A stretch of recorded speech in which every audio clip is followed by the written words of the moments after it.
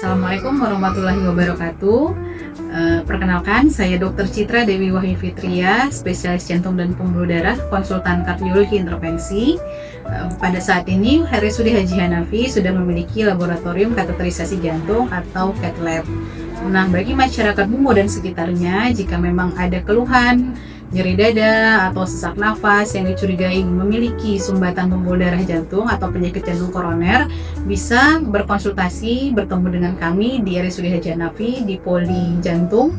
Masyarakat bisa mendaftar melalui JKN online untuk pasien BPJS melalui aplikasi. Jika terjadi serangan jantung yang berat, masyarakat bisa langsung ke unit gawat darurat ke UGD RSUD Haji Hanafi.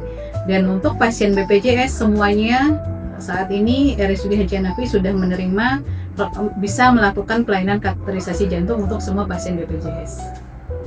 Jadi untuk sejauh ini untuk di Poli Jantung, para masyarakat itu bisa terserang jantung dengan penyakit kategori apa, Bu? Jadi penyakit jantung itu banyak jenisnya ya, tapi salah satunya ada yang menyebabkan penyebab kematian nomor 1 di dunia itu adalah penyakit jantung koroner. Dan juga tentunya di Indonesia penyakit jantung koroner tetap menjadi peringkat 1 penyebab kematian di Indonesia. Begitu juga dengan di Bungo, kasus untuk penyakit jantung koroner itu masih mendominasi.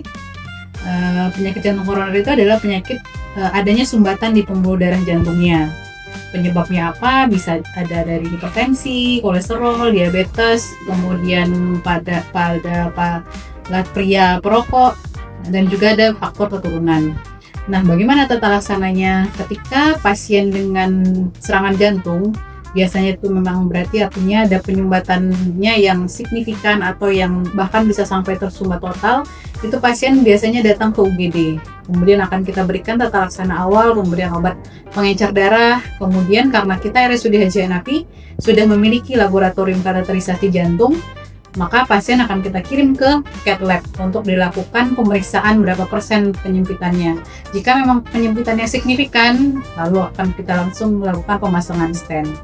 Nah, jika misalnya pasien stabil, tidak serangan jantung, tapi ada keluhan nyeri dada dengan aktivitas, tapi tetap membaik dengan istirahat, mungkin alurnya biasanya pasien datang ke poli lewat rawat jalan.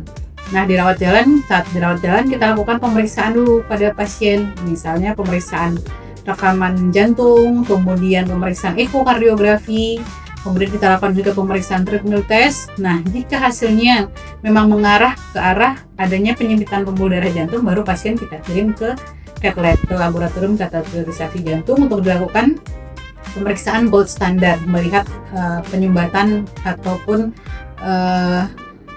apakah dia tersumbat total atau tidak, dan perlu dilakukan pemasangan stent atau tidak.